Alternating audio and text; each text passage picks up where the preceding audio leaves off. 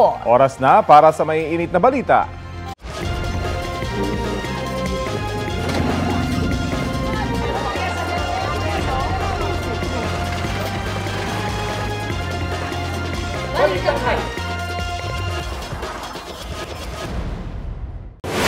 Mahigit 2,000 na po ang naitalang sunog sa bansa simula Enero hanggang ngayong ika-4 na araw ng Fire Prevention Month. Mas mababa yan kumpara sa mahigit 4,000 naitala ng Bureau of Fire Protection sa parehong panahon noong nakaraang taon. Isa sa mga pinakabago sa tala, ang sunog sa Tondo, Maynila kanina pong madaling araw. Kandila ang pinaniniwalaang sanhi ng apoy. Balita hatid ni EJ Gomez.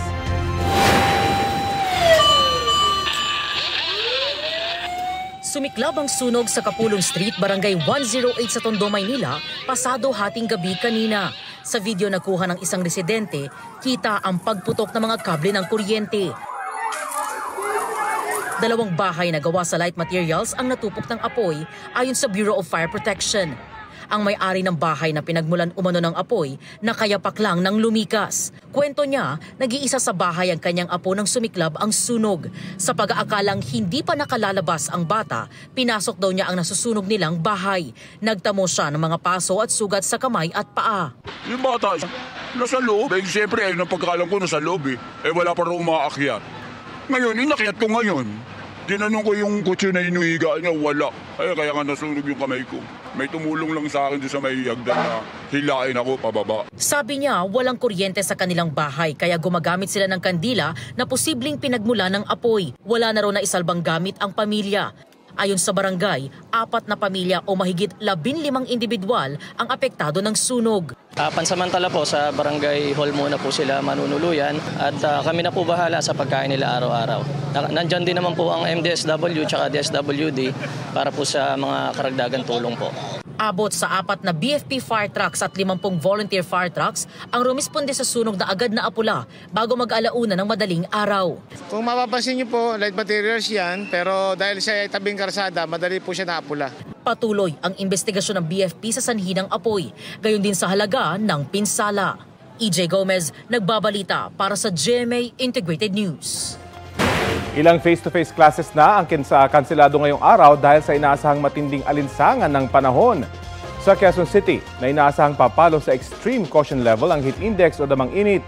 Nagpapatupad muna ng alternative learning mula daycare hanggang senior high school sa lahat ng public schools. Naka-alternative learning din ang lahat ng antas sa mga pampubliko at pribadong eskwelahan sa Maynila. Sa Bacoor, Cavite, ipinatutupad ang modular distance learning mula preschool hanggang senior high school sa lahat ng public at private schools doon. Ang suspensyon naman ng klase sa mga kolehiyo at universidad ay depende na raw sa pamunuan ng mga ito. Wala namang pasok ang lahat ng antas sa mga pampubliko at pribadong paaralan sa Abukay, Hermosa, Orani at Samal sa Bataan. Sa Lasal Green Hills, online asynchronous muna ang klase sa preschool hanggang grade 3 habang online synchronous classes naman mula sa grade 4 hanggang grade 12.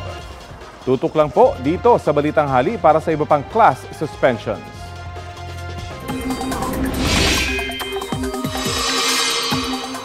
Mainit at maalinsangang panahon nga po ang posibleng maranasan sa ilang bahagi ng bansa ngayong araw dahil po yan sa easterlies. Base sa forecast ng Pag-asa ngayong Martes, posibleng umabot sa 42 degrees Celsius ang heat index sa Dagupan, Pangasinan.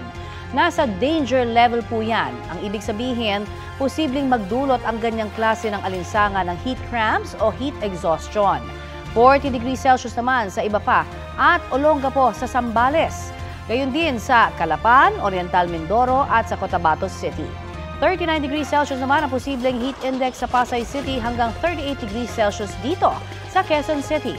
Ayon sa Pag-asa, ang heat index ay ang pinagsamang datos ng temperatura ng hangin o air temperature at ng tindi ng alinsangan, halumigmig o relative humidity.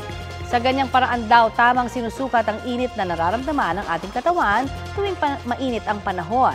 Kahapon, 42 degrees Celsius din po ang naitalang pinakamataas na heat index record sa bansa. Naranasan yan sa Dagupan. 41 degrees Celsius naman ang naitalang heat index sa Zamboanga City, Cotabato City. Hinatuan, Surigao del Sur. 40 degrees Celsius sa Puerto Princesa, Palawan. 38 degrees Celsius sa Pasay City, habang 37 degrees Celsius dito sa Quezon City. Paghahandaan daw ng gobyerno ang posibleng epekto sa ekonomiya ng tumitinding init ng panahon.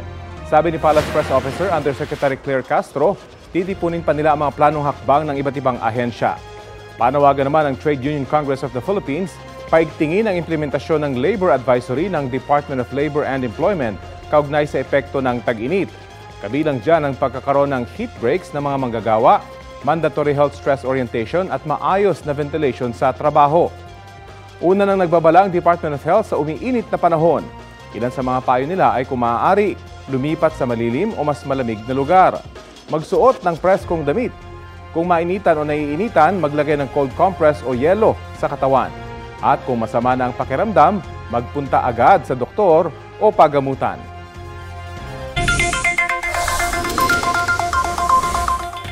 Nagmahal po ang presyo ng ilang gulay sa Blumentritt Market sa Maynila dahil umano sa kakulangan ng supply at kasunod ng pagtaas rin ng toll sa North Luzon Expressway. Balitang hatid ni EJ Gomez. Mag-aalas 5 ng madaling araw, abala sa pamimili si Nanay Ellie. Magigisa raw siya ng sayote na may giniling para sa tanghalian. Afritadang manok naman para sa hapunan, kaya may carrots at patatas. Pero ngayong nagsitaasan ng presyo ng gulay, ito yung, barya na lang natira. Kanina, 1,000 yung pera ko. 27 na, wala naman tayong magagawa, ganun talaga ang presyo. Eh, kailangan kumain tayo, di ba? Titipirin mo ba yung pagkain ng mga apo mo, mga anak mo? ayon sa tindera ng gulay na si Marie Cris, 10 pesos hanggang 60 pesos ang itinaas sa presyo ng ilang gulay. Mga talong, ampalaya, sitaw, okra. Yun ang mataas na gulay po na tumaas yung pangpakbet po. Kasi po mainit ang panahon tapos walang gaanong mga tanim po nila. Walang makuhanan po. Nadagdagan din daw ang binabayad sa pagbiyahe ng mga gulay dahil sa NLEX toll hike, kaya tumaas ang presyo ng gulay. Yung sa pangbiyahe, mahal ang nila, yung bayad po nila, kaya tinasa ng konti po. Siyempre ganyan ang presyo, di yun ang sundin din namin po. Dito sa Blumentritt Market, mga gulay na sangkap sa pagluluto ng pakbet ang nagsitaasan. Ang kada kilo ng talong at ampalaya, 120 pesos ngayon na dating 80 pesos. Ang sitaw, 100 pesos mula sa dating 80 pesos. Ang kalabasa, mabibili ngayon sa 60 pesos na dating 50 pesos. Nadagdagan naman ng 60 pesos ang kada kilo ng okra na nasa 140 pesos ngayon. Tumaas din ang kada kilo ng Baguio beans at broccoli na nasa 140 pesos ngayon mula sa dating presyo na 80 pesos. Bumaba naman ng 10 pesos hanggang 100 pesos ang kada kilo ng ilang gulay gaya ng repolyo, carrots, patatas, cauliflower, siling berde at sigarilyas. Wala namang pinagbago sa presyo ng sayote, bawang at sibuyas. EJ Gomez, nagbabalita para sa GMA Integrated News. Muling kinabitan ng mechanical ventilation si Pope Francis matapos makaranas ng 2 episode ng acute respiratory insufficiency. Ayon sa Holy See Press, dulot yan ng pamumuo ng mucus o plema sa bronchial tubes ng Santo Papa. Nakaranas din muli ng bronchospasm si Pope Francis kaya isinailalim siya sa 2 bronchoscopy procedure para suriin ang daluyan ng kanyang paghinga. Ayon sa mga doktor, ang naranasan ng Santo Papa ay reaksyon ng kanyang katawan sa paglaban sa impeksyon. Patuloy naman ang dagsa ng mga tao sa ika-8 gabi ng pagdarasal para sa paggaling ng Santo Papa. Mahigit kalahating buwan nang nakakonfine sa ospital sa Rome sa Italy si Pope Francis matapos ma-diagnose ng double pneumonia. Naglalakad ang lalaking yan sa isang kalsada sa barangay Basak Pardo sa Cebu City. Kasalubong niya ang isang lalaki na nakasuot ng helmet. Sa di kalayuan, makikita ang isa pang lalaki na nakaupo naman sa nakaparadang motorsiklo. Maya-maya pa, makikitang may inabot ang lalaki sa kasalubong na naka-helmet. Nang matanggap yun, doon na bumunot ng baril ang naka-helmet at pinaputukan ang lalaki. Agad na tumakbo palayo ang biktima habang patuloy na pinagbabaril ng 2 suspect. Ayon sa pulisya, nagpapagaling na sa ospital ang sugatang biktima na sangkot umano sa transaksyon ng iligal na droga. Wala siyang pahayag. Patuloy naman ang pagtugi sa mga suspect sa pamamaril. Sa tulong naman ng CCTV at messaging app, nahuli ang 2 lalaking nang hold up sa barangay St. Peter sa Quezon City. Paliwanag ng mga suspect, nagirit daw sila kaya nagawa ang krimen. Balitang hatid ni Bam Alegre. Arestado ang 2 holdupper umano na ng biktima ng 2 empleyadong babae noong gabi ng February 28 sa Barangay St. Peter sa Quezon City. Tinangay raw ng 2 ang mga bag at cellphone ng mga biktima na nooy naglalakad pa uwi. Modus nila, no? Dito lang sila, paikot-ikot lang sila sa area natin ng madaling araw. Pagka nagkaroon sila ng pagkakataon at talagang yun ang kanilang bibiktima, nakakita sila. Iyaano nila, i-grab nila yung opportunity na yun. Sa pamamagitan ng backtracking sa CCTV, nahuli ang isa sa mga suspect na rider ng motorsiklo. Gamit naman ang messaging app ng nahuling suspect na papayag ng pulisya ang kasabwat na makipag-meet up sa Barangay Balingasa. Doon nahuli ang ikalawang suspect. Nakuha sa kanila ang 2 baril na pinantutok daw sa mga biktima. Positibong kinilala ng mga biktima ang 2 suspect. Nagkalawakan muna sila ng madaling araw. Tapos papalik sila uli rito sa atin ng nitong sa Laloma ano natin, ng area natin. Then ng March 2 ng maga, yun na, natyempuhan na natin sila dito sa may Barangay Balingasa. Nahaharap ang 2 sa kasong robbery hold-up pati na rin sa paglabag sa Omnibus Election Code. Nagsisisi naman daw ang mga suspect, gipit lang daw sila, kaya nagawa ang krimen. Hindi pangangailangan din po, sir. Pambili lang po ng anak. Dahil lang po na matindi pangangailangan. Bam Alegre, nagbabalita para sa GMA Integrated News. Ito ang GMA Regional TV News. Mainit na balita mula po sa Luzon, hatid ng GMA Regional TV. Patay ang 5 alagang aso sa La Union matapos lasunin daw ng kapitbahay. Chris, bakit daw nilason kaya ito ng kapitbahay? Connie, ang mga aso raw kasi ang dahilan ng pagkamatay ng kanyang mga panabong na manok. Yan at iba pang maiinit na balita hatid ni Jasmine Gabriel Galvan ng GMA Regional TV. Hindi pa ako nakakamove ng sakit hanggang ngayon. Hindi ako makakilos, hindi ako makaano. Totoo lang, hanggang iniiyakan ko. Ganyan ang sentimiento ng pet owner na si Kate Nalin Bulacan matapos lasunin ang 5 niyang alagang aso sa Agoo, La Union. Kwento niya, masigla pa ang kanyang mga alaga nung gabi ng Biyernes. Nang makita niya ang mga ito kinabukasan, bumubula na umano ang bibig at nanghihina na. Nakita rin niya roon ang isang lalagyan ng pagkain na hinaluan ng lason. Kalaunan, umamin daw sa kanya tumingin ng despensa ang kanyang kapitbahay. Paliwanag daw ng kapitbahay, ang mga aso ang dahilan umano sa pagkamatay ng mga alaga niyang manok na panabong. Kung nagkasalaman ang aso namin, sinabi niya sana sa amin, inano niya sa barangay. Siguro ma'am, inaano nila, wala kaming pambayad sa manok nila eh. Wala silang sinabi kung ilan ma'am. Pero totoo bang may namatay na manok, mama? Actually ma'am, meron po talaga naman, meron. Aminado ko na, pero hindi sigurado kung aso namin. Kinundi na ng Animal Kingdom Foundation ang insidente na itinuturing nilang animal cruelty. Sinusubukan ng GMA Regional TV na kunan ng pahayag ang itinuturong kapitbahay. Sa pagtutulungan ng Criminal Investigation and Detection Group at non-government organization na Animal Welfare Investigations Project, naaresto ang isang lalaking lantaran umanong nagbebenta at nagluluto ng karneng aso sa Bugalyon, Pangasinan. 2 kaldero raw ng adobo at kilawing karne ng aso ang kanyang itinitinda araw-araw. So we had a tip-off from the community who informed us that they suspected that somebody was illegally butchering dogs. Ayon pa sa Animal Welfare Investigations Project, may supplier ang lalaki ng karne ng aso. Sinisikap pang makuna ng pahayag suspect. Paglabag sa Animal Welfare Act ang pagkatay sa aso, maliban na lang kung bahagi ito ng katutubong nakagawian o costume. Jasmine Gabriel Galban ng GMA Regional TV, nagbabalita para sa GMA Integrated News. Nadisgrasya ang isang shuttle bus sa bahagi ng Subic Bay Freeport Zone sa Morong, Bataan. Bumibiyahe sa pataas na parte ng kalsada sa Barangay Mabayo ang bus nang magkaproblema umano sa silinyador nito. Doon na dumausdos paatras ng kalsada ang shuttle bus hanggang bumangga sa isang tubo ng tubig at mahulog sa kanal. 4 na empleyadong sakay nito ang nagtamo ng mga sugat. Dinala sila sa ospital. Patuloy naman ang investigasyon sa insidente.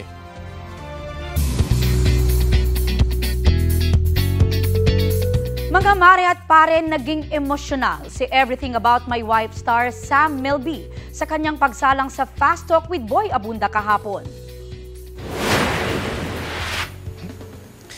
If people think that it's been easy for me, it has.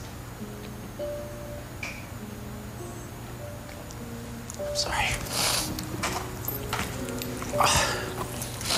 yan ni Sam nang matanong ni Tito Boy kung paano niya hinahandle ang breakup nila ni Miss Universe 2018 Catriona Gray. Kamakailan kinumpirma ni Sam ang breakup nila ni Catriona na matagal ng usap-usapan online. Hindi na nagbigay ng ibang details si Sam sa breakup nila ng beauty queen. To set the record straight, wala raw third party na involved sa kanilang hiwalayan. Huwag daw basta nagpapaniwala sa mga maling kwento at opinyon ng iba. Taking a break muna raw siya pagdating sa love life. Samantala, inimbitahan po ng Commission on Elections ang isang contestant sa It's Showtime na nag-viral nang sabihin niyang hindi siya pamilyar sa komisyon. Tingin ng COMELEC, nagkulang kaya sila kaya may mga Pilipino hong hindi alam kung ano ang mandato nila. Balitang hatid ni Ian Cruz. Ako lagi po yung... Viral ngayon sa social media ang sagot ng 20 anyos na si Heart Aquino sa Sexy Babe segment ng noontime show na It's Showtime. Ano ang mensahe mo sa COMELEC? Sorry po, hindi po ako masyadong knowledgeable about sa COMELEC. Sabi ni Aquino, hindi pa siya nakakaboto.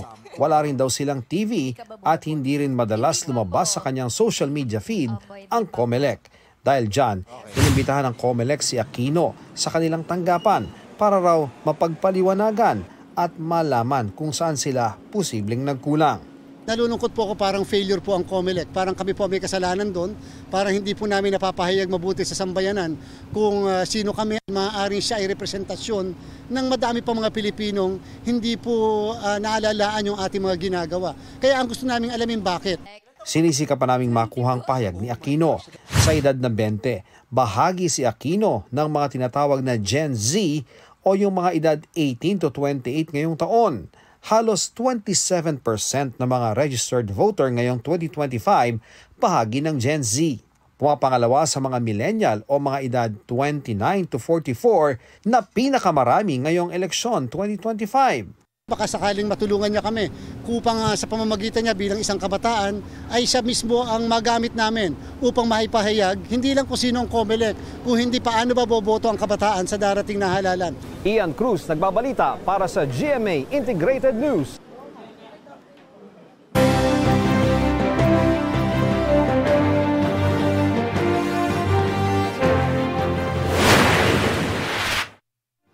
Nakiisa si Ted Casino sa vigil para sa mga nasawi sa mining disasters mula nang ipatupad ang Mining Act of 1995. Tasawad ng mga guro ang binanggit ni Congresswoman Franz Castro sa ilang paaralan sa Rojas City. Paglaban sa karapatan ng mga kababaihan ang inihayag ni Senadora Pia Cayetano sa Batangas. Na-courtesy call si Attorney Angelo de Alban kay Archbishop Jose Palma sa Archbishop Palace sa Cebu. Sa isang motorcade naman nanawagan ng tulong medikal si Senador Bongo sa isang nasiksik na lola. Ang lola, dinalaw sa ospital ni Willie Revillame na siyang nagpa-motorcade. Kinilala ni Senador Francis Tolentino ang papel ng mga kababaihan sa pamahalaan at lipunan. Tinutulan ni Ronel Arambulo ang pagbubukas ng municipal fishing water sa malalaking commercial fishing. Habang pagpapaunlad sa agrikultura ang isinulong ni Danilo Ramos. Patuloy naming sinusundan ang kampanya ng mga tumatakbong senador sa eleksyon 2025. Mariz Umali nagbabalita para sa GMA Integrated News. Umabot na sa 29 ang naitalang election-related violence ayon sa Commission on Elections.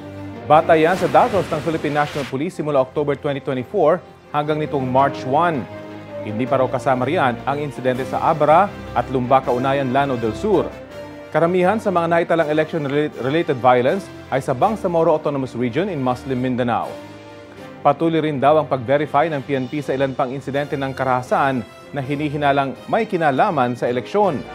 Dagdag pa ni COMELEC Chairman George Garcia, posibleng magkaroon ng pagbabago sa classification ng election areas of concern. Update po tayo sa investigasyon ng Department of Public Works and Highways sa bumagsak na tulay sa Isabela. May ulat on the spot si Joseph Moro. Joseph? Yes, Connie, overstress ng abot 200% ang Kabagan Santa Maria Bridge sa Isabela, kaya bumagsak ang isang bahagi nito. Ito ang resulta, Connie, ng pangunang investigasyon ng DPWH sa pagbagsak ng naturang tulay. Paliwanag ni DPWH Secretary Manuel Bonoan, hindi kinaya ng tulay ang lubhang napakabigat na truck na dumaan dito noong February 27. 44 tons lamang ang kapasidad ng tulay, pero ang nakita sa video na dumaang truck nang bumagsak ang tulay ay may bigat na lampas 100 tons. Pero lumalabas na hindi lamang isang truck, Connie, ang dumaan sa tulay, kundi bahagi lamang ito ng 3 truck na convoy na may dalang mga bato. Nakalusot, Connie, yung unang truck pero hindi na ang ikalawa. Bukod dito, tinitingnan din ng DPWH ang disenyo ng tulay na tila kakaiba raw dahil sa halip na gumamit ng bakal na lubid tulad ng ginagamit sa ibang mga suspension bridge ay solid na bakal lamang ang nagsisilbing tagabuhat ng tulay. Pero aprobado raw ang disenyong ito ng DPWH noong taong 2014. 2 beses nakitaan na kailangang i-adjust ang disenyo ng tulay noong 2018 una at nitong 2022 kung saan ni-retrofit ito at hindi nga raw ito nabuksan sa publiko dahil dito. Noong 2018 ay para lamang ito sa mga tricycle at nitong Pebrero lamang ay para sa mga light vehicles. Sinaaral pa ng DPWH ang atas ng Pangulo na dapat ay may managot sa insidente dahil proyekto raw ito ng mga nakaraang administrasyon ayon kay Secretary Bonoan. Sinagot naman ni Secretary ang mga nagtatanong kung may korupsyon sa pagpapatayo ng tulay at narito ang kanyang pahayag. I was assured by the regional offices and yung mga engineers namin doon that this was implemented in accordance with yung design specifications and actually it was done properly naman. Yung wala namang tainted of anomalies of corruptions that had been reported. Connie, kilala naman na ng DPWH yung kumpanya ng truck na dumaan dun sa nasirang tulay at tatanungin din ang kumpanya na nagdisenyo ng tulay noong taong 2014. Connie? Maraming salamat, Joseph Morong.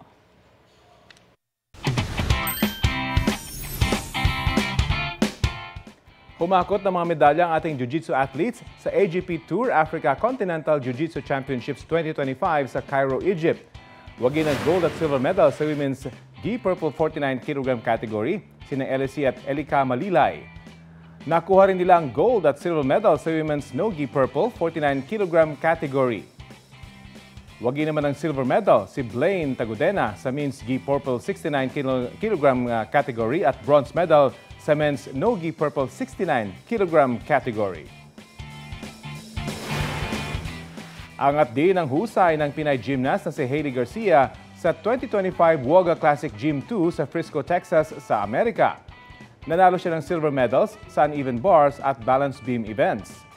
5th place naman siya sa Women's All-Around Junior B Division. Good job sa inyo! Hulikam ang pagsemplang ng motorsiklong yan sa barangay San Nicolas proper sa Cebu City. Sa iba pang anggulo ng CCTV, kitang sumalpok pala ito sa isang tumatawid na aso. Humandusay po ang rider na nagtamo raw ng mga sugat ayon sa mga otoridad. Kita namang nakatayo agad ang aso pero tumakbong paika-ika. Paalala po ng mga lokal na opisyal sa mga pet owner, tiyaking nakakulong o nakatali ang mga alaga para iwas disgrasya. Pag-aaralan ng Department of Transportation ang pag-terminate ng kontrata ng Unified Grand Central Station na magkokonekta sana sa LRT-1, MRT-3 at MRT-7. Matagal na raw kasing natenga ang proyekto. Balitang hatid ni Joseph Moro. Ang MRT Line 3 na tinatahak ang kahabaan ng EDSA, LRT Line 1 na mula Quezon City at planong i-extend hanggang Cavite at ang ginagawang MRT 7 na aabot hanggang Bulacan. Lahat ng mga rutang yan magtatagpo sana sa planong Unified Grand Central Station sa North EDSA sa Quezon City na sinimulang itayo noong 2017. Kasama pa nga ito sa mga proyektong pang-infrastruktura na ibinida noong unang State of the Nation address ni Pangulong Marcos noong 2022. Nabanggit ulit ito ng Pangulo noong Nobyembre. Ukol sa Unified Grand Central Station sa Quezon City na magsisilbing terminal kung saan magtatagpo ang 4 na linya hangad ko na agaran nitong magkukumpleto. Base sa kontrata, 2021 pa dapat tapos ang proyekto pero nagpalit ng administrasyon at inabutan na nga ng COVID pandemic, hindi pa rin ito tapos. 2023, inanunsyo ng DOTR na matatapos ang proyekto sa ikalawang quarter ng taong yun. Pero 2025 na, nakatiwangwang pa rin ang malaking bahagi ng proyekto. Tambak ang mga gamit, bilang lamang ang mga trabahador at inaalikabok ang mga pasilidad. Agosto nung isang taon nang tumigil yung trabaho dito sa bahaging ito ng Grand Unified Station. Sayang kasi itong nakikita nyo sana, viaduct ng LRT Line 1. Ibig sabihin kung magawa na itong complex na to, dito na yung konektado yung LRT Line 1, MRT 3 and later on yung MRT 7. Ito, pag dito kayo sasakay, pwede kayong dumiretso hanggang doon sa pinakadulong istasyon ng LRT Line 1 doon sa may Parañaque. Nasaksihan ng GMA Integrated News ang biglaang pagpunta ni Transportation Secretary Vince Dizon sa proyekto. Nakakalungkot at nakaka-frustrate. No? Nakikita mo, nandito na siya, nakatenga lang, walang nangyayari. It's unacceptable na hirap na hirap yung mga kababayan natin. 2019 pa na i-award ang kontrata sa BF Corporation ni yumaong MMDA Chairman Bayani Fernando. Ayon sa DOTR, isa sa idinadahilan ng delay ang COVID-19 pandemic. Clearly now, I think we have to study termination already at this point. Of course. I mean, isang taon na itong nakatenga. Kung simulan ulit, kayaan niya itong matapos bago ang taong 2028. Kinukuha pa namin ang panig ng BF Corporation. Kaugnay naman ang 7.3 billion peso rehabilitation ng EDSA bilang paghahanda sa pag-host ng Pilipinas sa ASEAN 2026. Hindi po magsasara ang EDSA busway kahit na rinirehab ang EDSA. Kunyari, may ginagawang portion ng EDSA. Meron din pong portion na siguro lalabas, pero babalik din sa mga portion na hindi pa ginagawa o tapos na. Lalabas sila dahil po isasara natin yung regular na bus lane, pero mag-iiwan nga po tayo ng mga gaps o libay doon sa mga portions ng bus station po para naman safe din po yung ating mga riding public. Joseph Morong nagbabalita para sa GMA Integrated News. Huwag mag-overshare online ng mga personal na impormasyon. Yan po ang payo ng mga otoridad para malabanan ng mga scam gaya ng Dugu-Dugu 2.0. Kung ano yan, alamin sa balitang hatid ni Von Aquino. Mismong ang menor de edad na may kausap sa telepono ang nag-video sa tagpong ito. Hindi raw kasi niya kilala ang caller na ang sabi na aksidente raw ang kanyang tiyahin at hindi makapagsalita. Yung sugat ni ma'am sa bibig, nakahipo yun, na pumutok po yung uso ni ma'am kaya nahihirapan magsalita. Nagbili na raw ang kanyang tiyahin na huwag sasabihin sa kanyang lola ang naging usapan nila. Hindi na nai-record pero inutusan pa raw ang bata na kumuha ng pera. May pinapakuha daw po akong sobre. Yung sobre po na yun nandun daw po sa kwarto ko sa ilalim ng damitan ko. Nang wala makitang pera, naisip ng pamangkin na mag-chat na. Dito na raw sinabihan ng tiyahin ng pamangkin na ibaba ang phone, huwag sagutin kung tatawag ulit at i-block ang unknown caller sa cellphone. Pero bago pala yan, may tumawag sa kanyang isang nagpakilalang telco representative at kumuha ng impormasyon sa pamangkin. Plano raw nilang maghain ng reklamo sa Department of Information and Communications Technology o DICT. Sabi ng kagawaran, ito ang tinatawag na Dugu-Dugu 2.0. Masasabihin nila na ospital to, na aksidente ito, lalo na mga nasa ibang bansa na nakadetain itong kamag-anak nyo. Suspetsa ng DICT posibleng nakukuha ng sindikato sa bansa ang contact information na bibiktimahin mula sa phishing websites o napag-aralan ng profile ng biktima sa social media. Masyado tayo nag-overshare sa ating mga social media pages, kung ano yung sino yung mga kamag-anak natin, ano yung mga ginagawa natin, ano yung mga routines natin, kung saan tayo. At dahil target daw ng mga Dugu-Dugu 2.0 scammers ang mga bata at senior citizen, payo ng DICT, turuan sila na huwag i-entertain ang tawag kung hindi nila kilala ang numero at ipasa ito sa isa pang adult na nasa bahay. Sakaling makatanggap ng ganitong tawag, huwag din daw agad maniwala. Ibaba ang telepono at i-verify sa kamag-anak ang impormasyon. Kapag nakaranas ng kahit anong uri ng ICT scam, tumawag sa DICT Hotline 1326. Isa rin sa tinitignang solusyon kontra scam ang pag-amyenda sa SIM registration law. Bukas naman dito ang palasyo. Pagpupursigihin po rin natin na maiayos yung batas patungkol dito. Dahil sa ngayon po, yung batas patungkol sa SIM card registration, ito po ay isang dahilan kung bakit nagkakaroon pa po ng ganitong klaseng mga text scams. Von Aquino nagbabalita para sa GMA Integrated News. Ito ang GMA Regional TV News. Dead on the spot ang isang babaeng motorcycle rider matapos na mabangga ng isa pang motorsiklo sa Solsona, Ilocos Norte. Sa investigasyon ng pulisya, magkasalubong ang direksyon ng dalawang motorsiklo nang bigla raw mangagaw ng linya ang isa pang rider kaya nabangga ang biktima. Sa lakas ng impact, nawasak ang motorsiklo ng biktima. Sugatan ang angkas niyang menor de edad. Pati ang nakabangga ang rider na napag-alamang walang lisensya. Patuloy na inoobserbahan ang kanilang kondisyon sa ospital.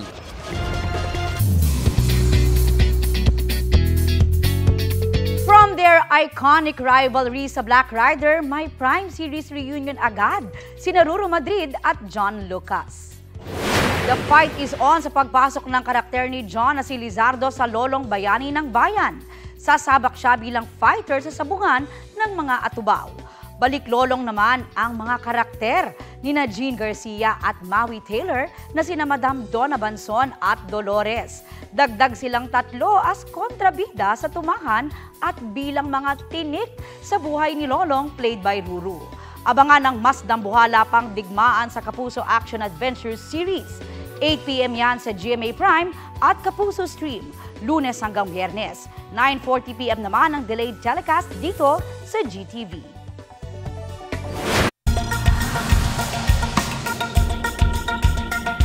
Hindi bababa sa 50 ang sugatan sa salpukan ng dalawang bus sa Barcelona, Spain. 4 sa kanila ang kritikal. Agad namang rumisponde ang mga bombero at paramedics. Ayon sa mga otoridad, parehong tourist bus ang dalawang sasakyan. Tinutukoy na ang sanhi ng banggaan. Pinalaga ng ilang government agencies ang kumakalat ng maling impormasyon sa Chinese social media na dating bahagi umano ng China ang Palawan. Balitang hatid ni Chino Gaston. Ikinakabahala ng mga ahensya ng gobyerno ang post na kumakalat sa mga Chinese social media. Ang sinasabi kasi, dating bahagi ng China ang isla ng Palawan. Ayon pa sa post, dati raw tinawag ang isla na Zhanghe Island. Ipinangalan sa isang Chinese explorer na naglakbay sa Asia mula 14th hanggang 15th centuries.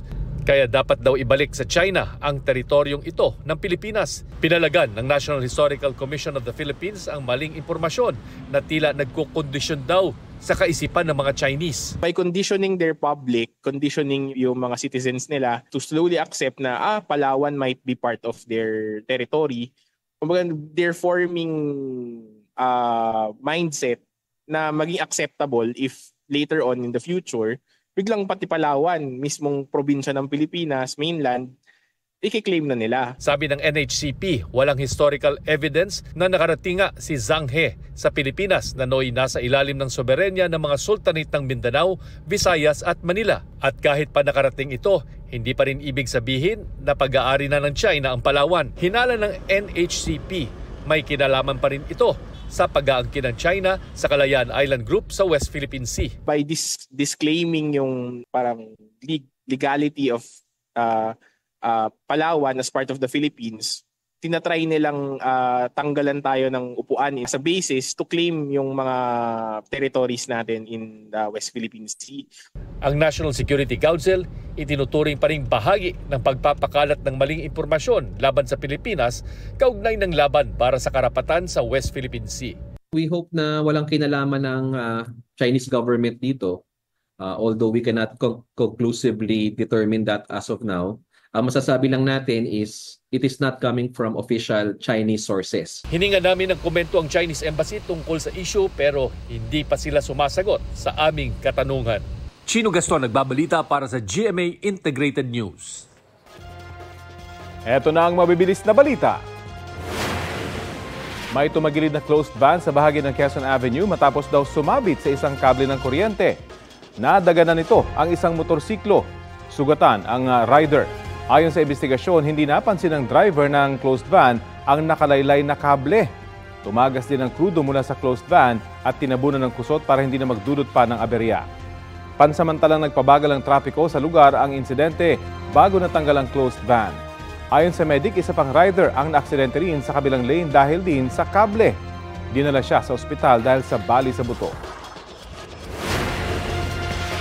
200 milyong pisong halaga ng smuggled na mackerel at galunggong ang nasabat mula sa 19 na refrigerated containers sa Manila South Harbor. Ayon sa Bureau of Customs, nanggaling ang mga ito sa China. Sabi ng Department of Agriculture, posibleng ibibenta ng mga smuggler ang mga isda sa mas mataas na presyo. Hinahanap na ng mga otoridad ang 2 consignee na nag-misdeclare ng mga isda. Maaari rin silang maharap sa reklamong paglabag sa Economic Sabotage Law. Kung matitiyak na pwede pang kainin ng tao ang nasabat na isda, ibibigay yon sa DSWD para ipamigay sa mga nangangailangan. Ito ang GMA Regional TV News. Balita sa Visayas at Mindanao mula sa GMA Regional TV. Patay ang isa sa 4 na lalaking nagkakabit ng solar panel streetlights sa Cagayan de Oro City. Sara, ano nangyari? Rafi, nakuryente ang mga biktima ng masagi raw nila ang isang live wire. Yan at iba pang mainit na balita hatid ni Cyril Chavez ng GMA Regional TV.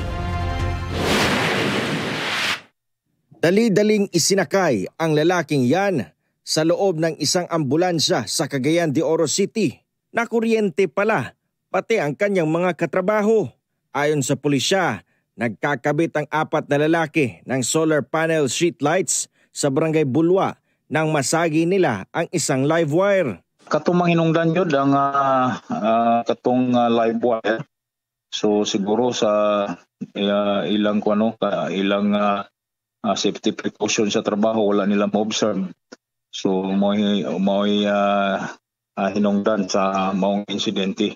Isinugod sila sa ospital pero kalaunay nasawi ang 32 anyos nilang kasamahan. Wala pang pahayag ang nakaligtas na biktima, kaanak ng nasawing lalaki at kumpanyang kanilang pinagtatrabahuan. Sugatan naman ang isang lalaking construction worker matapos makuryente sa Barangay Guadalupe sa Cebu City. Inabutan siya ng rescuers na walang malay sa bubong ng bahay na kanyang pinagtatrabahuan. Patay sa inisyal na investigasyon ng BFP Region 7 at pulisya, nahawakan ng biktima ang isang grounded steel bar. Patuloy siyang inoobserbahan sa ospital. Wala pa siyang pahayag at ang foreman ng proyekto. Cyril Chavez ng GMA Regional TV, nagbabalita para sa GMA Integrated News. 26 ang arestado matapos salakayin ng pulisya ang isang iligal na sabong sa Pavia, Iloilo. Ayon sa pulisya, nakatanggap sila ng impormasyon na linggo-linggong may iligal na nagsasabong sa Barangay Pandak. Hindi bababa sa 100 ang nasa sabungan pero maraming nakatakas. Sabi ng pulisya, bawal magsabong sa Pavia dahil wala raw registered na sabungan sa bayan. Na-recover sa raid ang mga panabong na manok, improvised cockfighting rings at 10,000 pesos na pampusta. Ayon sa ilang nahuli, pampalipas oras lang nila ang sabong at hindi raw nila akalaing mahuhuli sila. Maharap ang mga naaresto sa reklamong illegal gambling. 6 na lalaki ang arestado sa anti-illegal drug operation sa Cagayan de Oro City. Huli raw sa akto ang mga sospek na gumagamit ng umano'y illegal na droga sa Barangay Kamamanan. Na-recover sa kanila ang 7 gramo ng hinihinalang shabu na nagkakahalaga ng mahigit 30,000 piso. Ang isa sa mga sospek iginiit na nadamay lang siya sa ginawang raid ng PIDEA. Dumadaan lang daw siya sa lugar nang biglang damputin ng mga operatiba. Aminado siyang gumagamit noon ng illegal na droga pero tumigil na raw siya. Walang pahayag ang mga iba pang naaresto. Naharap silang 6 sa reklamong paglabag sa Comprehensive Dangerous Drugs Act.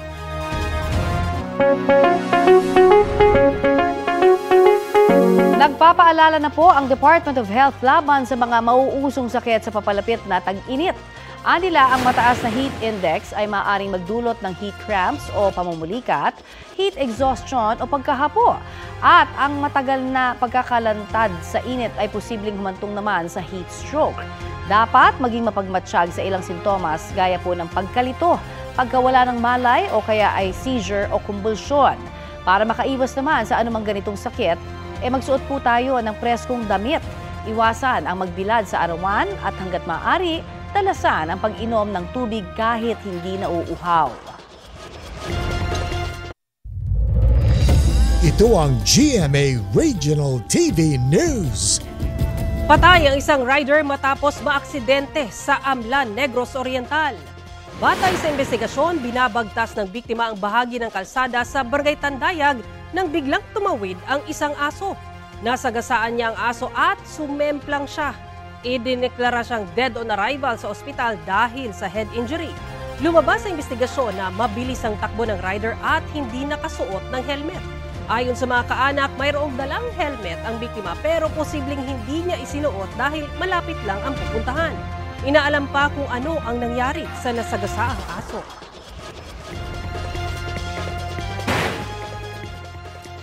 Age is just a number para sa isang babae sa Mangaldan dito sa Pangasinan na nakaakyat na sa mahigit sa 140 bundok. Kwento ni Beda Asturias, January 2020, nang una siya umakyat sa Mount Ulap sa Itogon, Benguet. Ang kagustuhan niyang umakyat sa bundok nagsimula na magkaroon siya ng hamon sa kalusugan at halos hindi maihakbang ang mga paa. Sa loob ng 5 taon, naakyat na rin niya ang ilan pang bundok sa bansa gaya ng Mount Pulag, Mount Daraitan at Mount Apo. Naakyat din niya ang pinakamataas sa bundok sa Taiwan, ang Jade Mountain o Yushan. Pangarap daw niyang maakyat ang Mount Fuji sa Japan at Mount Kinabalu sa Malaysia.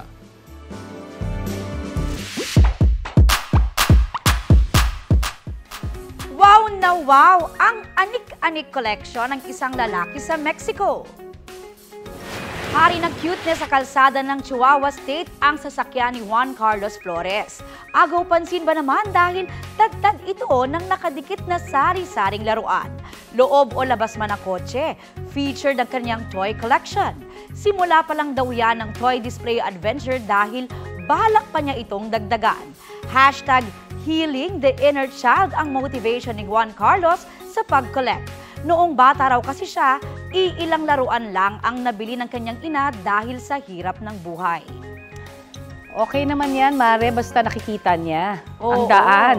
Talagang ang cute-cute, no? Ng mga ganyan, parang kakaiba yung kotse niya. Pag nakita mo, ay, kay Juan Carlos yan. Yes, oo. At saka if this will fulfill his dream, di ba noong bata siya na hindi siya masyado nagkaroon ng laruan, why not? Basta, always safety first. Oo, ngayon may pambili na siya. Binili niya lahat ng laruan na gugustuhin niya. May makaupo kaya, hanggang loob daw yan eh. Oo nga eh, pero ang tanong, may nakikita pa kaya siya? Ayun na nga. So, kailangan pag-aralan ding mabuti. Huwag din basta-basta gagayahin. Hindi para sa lahat. Kasi may mga ibang, syempre, lugar, di ba, nasa kanilang batas, di ba, na bawal naman yung ganyang karami. Parang may distraction, no? Di ba, Yes. Marso? Kung lang hanggang sa loob. Pero baka naman hanggang ano lang yan, hanggang village lang nila. Ang dami niyang pasahero, di ba? Ayan, nakakaaliw sa mga bata yan. Oo. Pero yun nga lang, please drive safe po. And do not be distracted. Ha?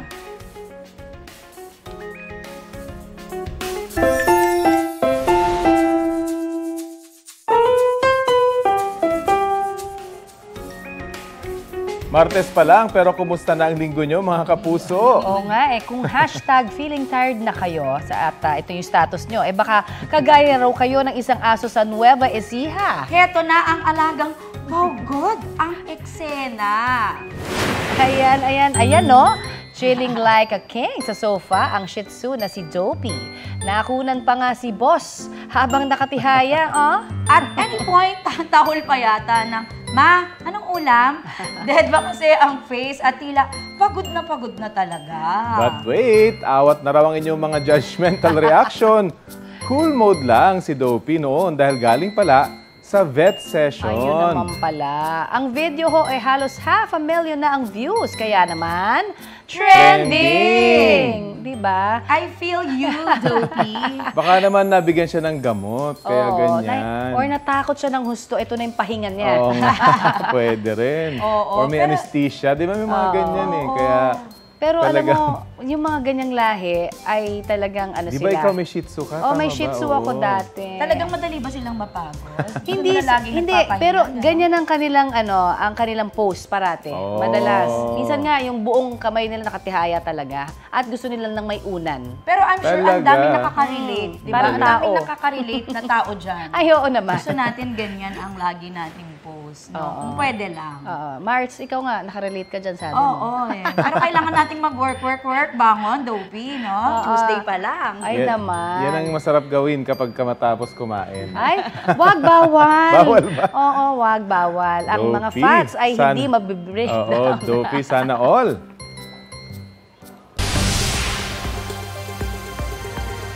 Mainit-init na balita, nawawala ang isang fighter jet ng Philippine Air Force.